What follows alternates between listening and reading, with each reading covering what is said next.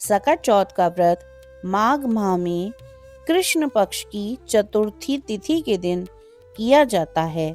इसे तिल चौथ या माही चौथ के नाम से भी जाना जाता है। सकट शब्द संकट का अपभ्रंश है। गणेश जी ने इस दिन देवताओं की मदद करके उनका संकट दूर किया था।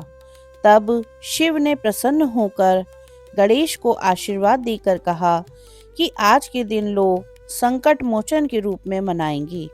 जो भी इस व्रत को करेगा उसके सब संकट इस व्रत के प्रभाव से दूर हो जाएंगे।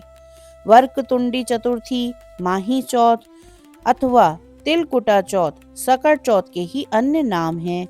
इस दिन विद्या, बुद्धि, वारिधि, संकट हरण गणेश तथा चंद्रमा का पूजन किया जाता है।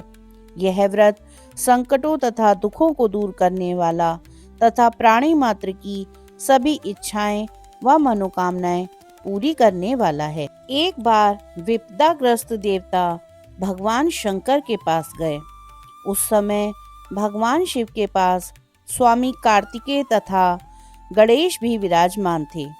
शिव जी ने दोनों बालकों से पूछा, तुम में से कौन सा ऐसा वीर है जो देवताओं का कष्ट निवारण करे।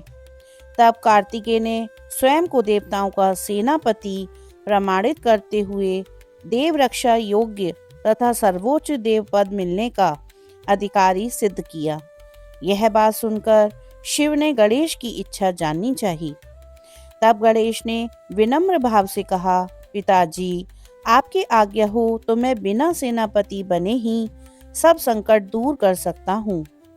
यह सुनकर हंसते हुए शिव ने दोनों बेटों को पृथ्वी की परिक्रमा करने को कहा तथा यह शर्त रखी, जो सबसे पहले पूरी पृथ्वी की परिक्रमा करके आ जाएगा वही वीर तथा सर्वश्रेष्ठ देवता घोषित किया जाएगा। यह सुनते ही कार्तिकेय बड़े गर्व से अपने वाहन मोर पर चढ़कर पृथ्वी की परिक्रमा करने चल दिए। गणेश ने सोचा कि चूहे के बल पर तो पूरी पृथ्वी का चक्कर लगाना अत्यंत कठिन है, इसलिए उन्होंने एक युक्ति सोची। वे 7 बार अपने माता पिता की परिक्रमा करके बैठ गए। रास्ते में कार्तिकेय को पूरी पृथ्वी मंडल में उनके आगे चूहे के पद चिन्ह दिखाई दिए। परिक्रमा करके लौटने पर निर्णय की बारी आई। कार्तिकेय जी गणेश पर कीचड़ उछालने लगे तथा स्वयं को पूरे भूमंडल का एकमात्र पर्यटक बताया। इस पर गणेश ने शिव से कहा, माता पिता में ही समस्त तीर्थ निहित हैं, इसलिए मैंने आपकी 7 बार परिक्रमाएं की हैं। गणेश की बात सुनकर समस्त देवताओं तथा कार्तिकेय ने सिर झुका लिया। तब शंकर जी ने उन्मुक्त कंठ से गणेश की प्रशंसा की तथा आशीर्वाद दिया, त्रिलोक में सर्वप्रथम तुम्हारी पूजा होगी। तब गणेश ने पिता की आज्ञानुसार जाकर देवताओं का संकट दूर किया। यह शुभ समाचार जानकर भगवान शंकर ने अपने चंद्रमा को यह बताया कि चौथ के दिन चंद्रमा तुम्हारे मस्तक का सेहरा बनकर पूरे विश्व को शीतलता प्रदान करेगा। जो स्त्री पुरुष इस तिथि पर तुम्हारा पूजन करेंगे तथा चंद्रमा को अर्घ्यदान देंगे, उसका त्रिविध ताप दूर होगा और ऐश्वर्य, पुत्र, सौभाग्य को प्राप्त करेगा। यह सुनकर देवगण हर्षातिरेक में प्रणाम कर अंतर्ध्यान हो गए। बोलो सकट देवता की जय, गणेश भगवान की जय। माघ मास के कृष्ण पक्ष की चतुर्थी को सकट चौथ का व्रत किया जाता है। यह व्रत भगवान गणेश को समर्पित है। इसमें माताएं अपनी संतान के लिए व्रत करती हैं। आइए सुनते हैं इस व्रत में पढ़ी जाने वाली देवरानी जेठानी और सकट माता से जुड़ी है कथा। एक शहर में देवरानी जेठानी रहती थीं। देवरानी बहुत ही गरीब थी। बड़ी मुश्किल से उसका गुजारा चलता था। वहीं जेठानी अमीर थी। देवरानी हमेशा गणेश जी का पूजन और व्रत करती थी। देवरानी का पति जंगल से लकड़ी काट कर बेचता था। देवरानी घर का खर्च चलाने के लिए जेठानी के घर काम करती थी और शाम को जो भी बचा हुआ खाना होता था वह जेठानी उसे दे देती थी। इस तरह उसके घर का खर्च चल रहा था। माघ महीने में गणेश जी का व्रत सकट चौथ देवरानी ने रखा। उसके पास पैसे नहीं थे, इसलिए उसने तिल व गुड़ लाकर तिलकुटा बनाया। पूजा करके तिल चौथ की कथा सुनी और जेठानी के यहाँ काम करने चली गई। सोचा शाम को चंद्र को अर्घ देकर जेठानी के यहाँ से कुछ खाना मिलेगा तो खा लेगी। शाम को जब जेठानी के घर खाना बनाया तो उसकी जेठानी का व्रत होने के कारण सभी ने खाना खाने से मना कर दिया। अब देवरानी ने जेठानी से बोला, आप मुझे खाना दे दो जिससे मैं घर जाऊं। इस पर जेठानी ने कहा कि आज तो किसी ने अभी तक खाना नहीं खाया, तुम्हें कैसे दे दूं? तुम सवेरे ही बचा हुआ खाना ले जाना। ऐसे में देवरानी बहुत दुखी हुई और भूखी ही घर चली गई। बच्चे भी घर पर भूखे थे। देवरानी का पति, बच्चे सब आस लगाए बैठे थे कि आज तो त्योहार है, इसलिए कुछ पकवान आदि खाने को मिलेगा। लेकिन जब बच्चों को पता चला कि आज तो रोटी भी नहीं मिलेगी तो बच्चे रोने लगे। उसका पति भी बहुत क्रोधित हो गया और कहने लगा कि दिन भर काम करने के बाद भी वह 2 रोटियां नहीं ला सकती। देवरानी बेचारी गणेश जी को याद करती हुई रोते रोते पानी पीकर सो गई। उस दिन सकट माता बुढ़िया का रूप धारण करके देवरानी के सपने में आई। सपने में उन्होंने देवरानी से पूछा कि सो रही है या जाग रही है। वह बोली, कुछ सो रही हूँ, कुछ जाग रही हूँ। बुढ़िया माई ने कहा, भूख लगी है, खाने के लिए कुछ दे। इस पर देवरानी ने कहा कि क्या दूं, मेरे घर में तो अन्न का एक दाना भी नहीं है। जेठानी बचा हुआ खाना देती थी, आज वो भी नहीं मिला। पूजा का बचा हुआ तिलकुटा छीके में पड़ा है, वही खा लो। सकट माता ने तिलकुट खाया और उसके बाद कहने लगी, निपटाई लगी है। इस पर देवरानी ने कहा, बुढ़िया माई बाहर कहाँ जाओगी, कोई जानवर काट लेगा। यह खाली झोपड़ी है, आप कहीं भी जा सकती हो, जहाँ इच्छा हो वहाँ निपट लो। इसके बाद सकट माता बोली, अब कहाँ पोंछूं? इस पर देवरानी ने कहा, मेरी साड़ी से पोंछ लो। देवरानी जब सुबह उठी तो ये देखकर हैरान रह गई कि पूरा घर हीरो और मोतियों से जगमगा उठा था। उस दिन देवरानी जेठानी के काम करने नहीं गई। जेठानी ने कुछ देर तो राह देखी, फिर बच्चों को देवरानी को बुलाने भेज दिया। जेठानी ने सोचा कल खाना नहीं दिया था, इसलिए शायद देवरानी बुरा मान गई होगी। बच्चे बुलाने गए। देवरानी ने कहा कि बेटा, बहुत दिन तेरी माँ के यहाँ काम कर लिया। बच्चों ने घर जाकर माँ से कहा, चाची का पूरा घर हीरो और मोतियों से जगमगा उठा है। जेठानी दौड़कर देवरानी के पास आई और पूछा कि यह सब कैसे हो गया। देवरानी ने उसके साथ जो हुआ वह सब कह डाला। उसने भी वैसा ही करने की सोची। उसने भी सकट चौथ के दिन तिलकुटा बनाया। रात को सकट माता उसके सपने में आई और बोली, भूख लगी है, मैं क्या खाऊं?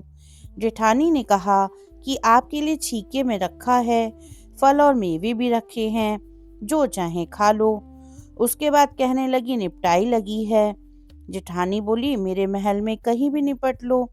फिर उन्होंने कहा, पोंछूं कहाँ? जेठानी बोली, कहीं भी पोंछ लो। सुबह जब जेठानी उठी तो घर में बदबू और गंदगी के अलावा कुछ नहीं था।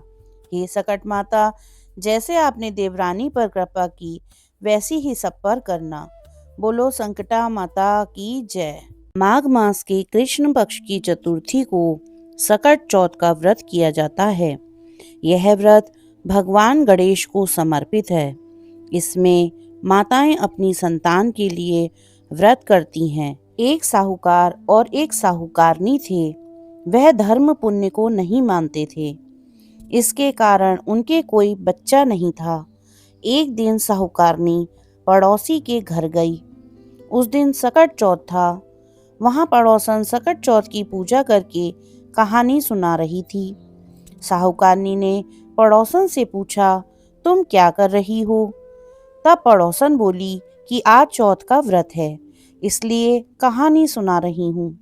तब साहूकारनी बोली, चौथ के व्रत करने से क्या होता है? तब पड़ोसन बोली, इसे करने से अन्न, धन, सुहाग, पुत्र सब मिलता है।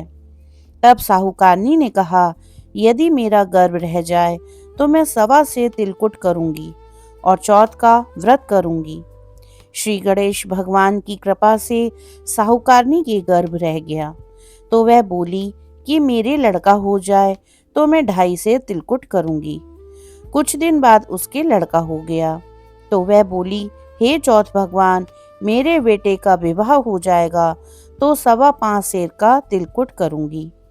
कुछ वर्षों बाद उसके बेटे का विवाह तय हो गया और उसका बेटा विवाह करने चला गया, लेकिन उस साहूकारनी ने तिलकुट नहीं किया। इस कारण से चौथ देव क्रोधित हो गए और उन्होंने फेरों से उसके बेटे को उठाकर पीपल के पेड़ पर बैठा दिया। सभी वर को खोजने लगे पर वो नहीं मिला। हताश होकर सारे लोग अपने अपने घर को लौट गए। इधर जिस लड़की से साहूकारनी के लड़के का विवाह होने वाला था, वह अपनी सहेलियों के साथ गणगौर पूजने के लिए जंगल में दूब लेने गई। तभी रास्ते में पीपल के पेड़ से आवाज आई, ओ मेरी अर्धब्याही। यह बात सुनकर जब लड़की घर आई, उसके बाद वह धीरे धीरे सूखकर कांटा होने लगी। एक दिन लड़की की माँ ने कहा, मैं तुम्हें अच्छा खिलाती हूँ, अच्छा पहनाती हूँ, फिर भी तू सूखती जा रही है, ऐसा क्यों? तब लड़की अपनी माँ से बोली कि वह जब भी दूब लेने जंगल जाती है तो पीपल के पेड़ से एक आदमी बोलता है, ओ मेरी अर्धब्याही। उसने मेहंदी लगा रखी है और सेहरा भी बांध रखा है। तब उसकी माँ ने पीपल के पेड़ के पास जाकर देखा, यह तो उसका जमाई ही है। तब उसकी माँ ने जमाई से कहा, यहाँ क्यों बैठे हो? मेरी बेटी तो अर्धब्याही कर दी और अब क्या लोगे? साहूकारनी का बेटा बोला, मेरी माँ ने चौथ का तिलकुट बोला था लेकिन नहीं किया, इसलिए चौथ माता ने नाराज होकर मुझे यहाँ बैठा दिया। यह सुनकर लड़की की माँ साहूकारनी के घर गई और उससे पूछा कि तुमने सकट चौथ का कुछ बोला है क्या? तब साहूकारनी बोली, तिलकुट बोला था। उसके बाद साहूकारनी बोली, मेरा बेटा घर आ जाए तो 2.5 मन का तिलकुट करूंगी। इससे श्री गणेश भगवान प्रसन्न हो गए और उसके बेटे को फेरों में लाकर बिठा दिया। बेटे का विवाह धूमधाम से हो गया। जब साहूकारनी का बेटा एवं बहू घर आ गए, तब साहूकारनी ने 2.5 मन तिलकुट किया और बोली, हे चौथ देव, आपके आशीर्वाद से मेरे बेटा बहू घर आए हैं, जिससे मैं हमेशा तिलकुट करके व्रत करूंगी। इसके बाद सारे नगरवासियों ने तिलकुट के साथ सकट व्रत करना प्रारंभ कर दिया। हे सकट चौथ, जिस तरह साहूकारनी को बेटे बहू से मिलवाया, वैसे ही हम सबको भी मिलवाना। इस कथा को कहने सुनने वाले का भला करना। बोलो सकट चौथ की जय। श्री गणेश देव की जय। माघ मास के कृष्ण पक्ष की चतुर्थी को सकट चौथ का व्रत किया जाता है। यह व्रत भगवान गणेश को समर्पित है। इसमें माताएं अपनी संतान के लिए व्रत करती हैं। किसी नगर में एक कुम्हार रहता था। एक बार उसने बर्तन बनाकर आवा लगाया तो आवा पका ही नहीं। हार कर वह राजा के पास जाकर प्रार्थना करने लगा। राजा ने राज पंडित को बुलाकर कारण पूछा, तो राज पंडित ने कहा कि हर बार आवा लगाते समय बच्चे की बलि देने से आवा पक जाएगा। राजा का आदेश हो गया। बलि आरंभ हुई। जिस परिवार की बारी होती, वह परिवार अपने बच्चों में से एक बच्चा बलि के लिए भेज देता। इसी तरह कुछ दिनों बाद सकट के दिन एक बुढ़िया के लड़के की बारी आई। बुढ़िया के लिए वही जीवन का सहारा था। राजा की आज्ञा कुछ नहीं देखती। दुखी बुढ़िया सोच रही थी कि मेरा तो एक ही बेटा है, वह भी सकट के दिन मुझसे जुदा हो जाएगा। बुढ़िया ने लड़के को सकट की सुपारी और दूब का बीड़ा देकर कहा, भगवान का नाम लेकर आवा में बैठ जाना, सकट माता रक्षा करेंगी। बालक आवा में बैठा दिया गया और बुढ़िया सकट माता के सामने बैठकर पूजा करने लगी। पहले तो आवा पकने में कई दिन लग जाते थे, पर इस बार सकट माता की कृपा से एक ही रात में आवा पक गया था। सवेरे कुम्हार ने देखा तो हैरान रह गया। आवा पक गया था। बुढ़िया का बेटा तथा अन्य बालक भी जीवित एवं सुरक्षित थे। नगरवासियों ने सकट की महिमा स्वीकार की तथा लड़के को भी धन्य माना। सकट माता की कृपा से नगर के अन्य बालक भी जी उठे। बोलो सकट माता की जय। बोलो गणेश भगवान की जय। जय गणेश जय गणेश जय गणेश देवा, माता जाकी पार्वती पिता महादेवा। एक दंत दयावंत चार भुजाधारी, माथे सिंदूर सोहे मूसे की सवारी। जय गणेश जय गणेश जय गणेश देवा, माता जाकी पार्वती पिता महादेवा। पान चढ़े फूल चढ़े और चढ़े मेवा, लड्डुअन का भोग लागे संत करे सेवा। जय गणेश जय गणेश जय गणेश देवा, माता जाकी पार्वती पिता महादेवा। अंधन को आँख देत कोढ़िन को काया, बाझन को पुत्र देत निर्धन को माया। जय गणेश जय गणेश जय गणेश देवा, माता जाकी पार्वती पिता महादेवा। सूर श्याम शरण आए सफल कीजिए सेवा, माता जाकी पार्वती पिता महादेवा। जय गणेश जय गणेश जय गणेश देवा, माता जाकी पार्वती पिता महादेवा। दीनन की लाज रखो शंभु सुतवारी, कामना को पूर्ण करो जाऊं बलिहारी। जय गणेश जय गणेश जय गणेश देवा, माता जाकी पार्वती पिता महादेवा।